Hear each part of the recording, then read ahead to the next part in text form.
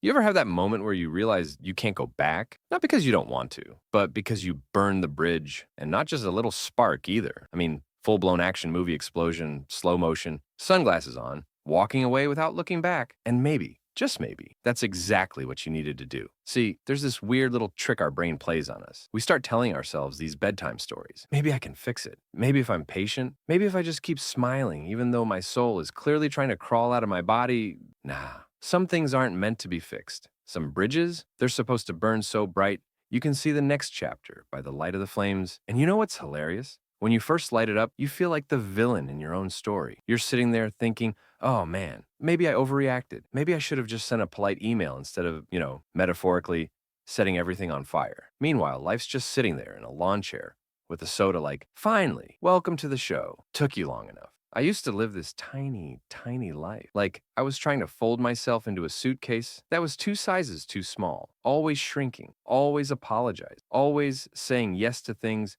that made my stomach hurt. You know that moment when you agree to something and immediately feel like you betrayed yourself? Oh, I was an Olympic gold medalist in that. And for the longest time, that was my normal. That was home. It was comfortable, but comfort can be a trap, my friend.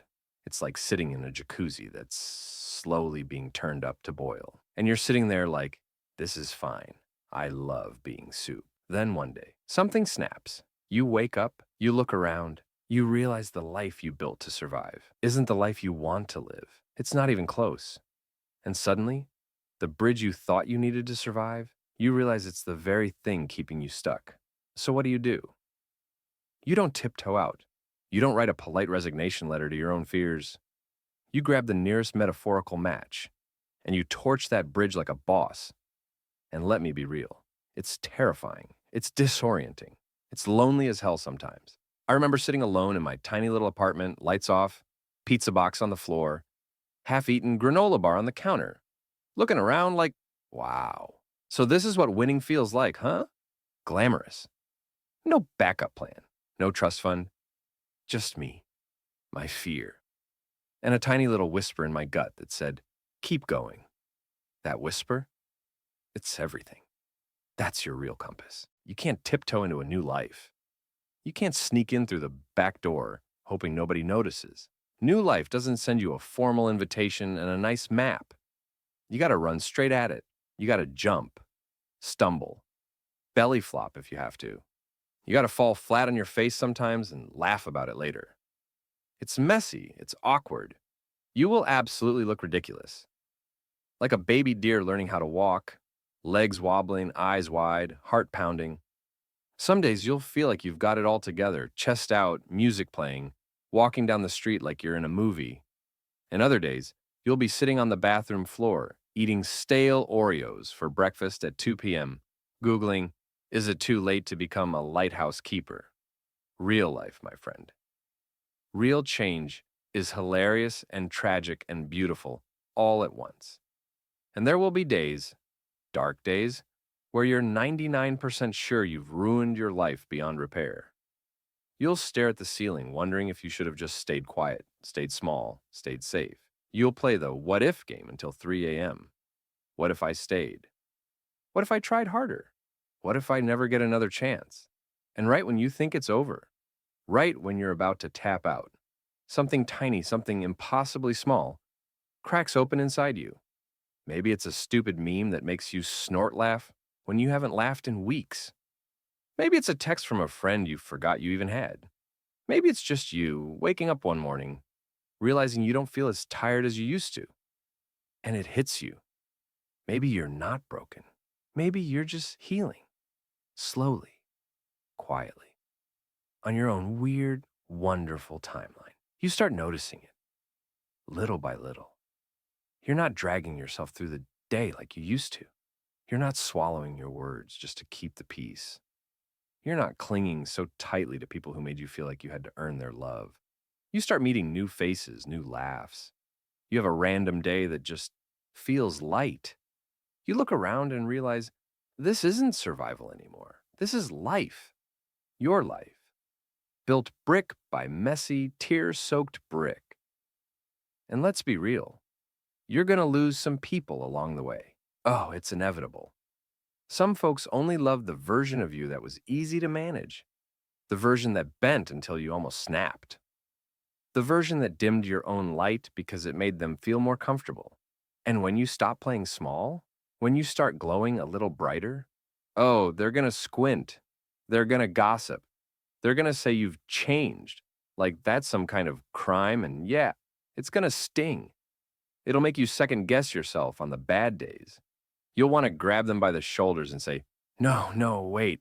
I'm still good. I'm still lovable. But don't. Don't explain your evolution to people who are committed to misunderstanding you. Let them squint. Let them talk. Let them stay on the other side of the burned bridge, clutching their little flags of judgment. Wish them well, with love even. But don't go back. Don't rebuild that bridge just because loneliness gets loud. Not every empty seat at your table is a tragedy. Sometimes it's a blessing, because on this side of the fire, it's different. It's wilder. It's freer. You find yourself doing things you didn't even know were possible. Saying no, cleanly, kindly, and firmly. Setting boundaries without a panic attack. Laughing louder. Loving deeper. Protecting your peace like it's sacred, because it is. You discover you don't need everyone to approve of you to sleep well at night. You realize you don't have to explain yourself to be worthy. You just are. And don't get it twisted.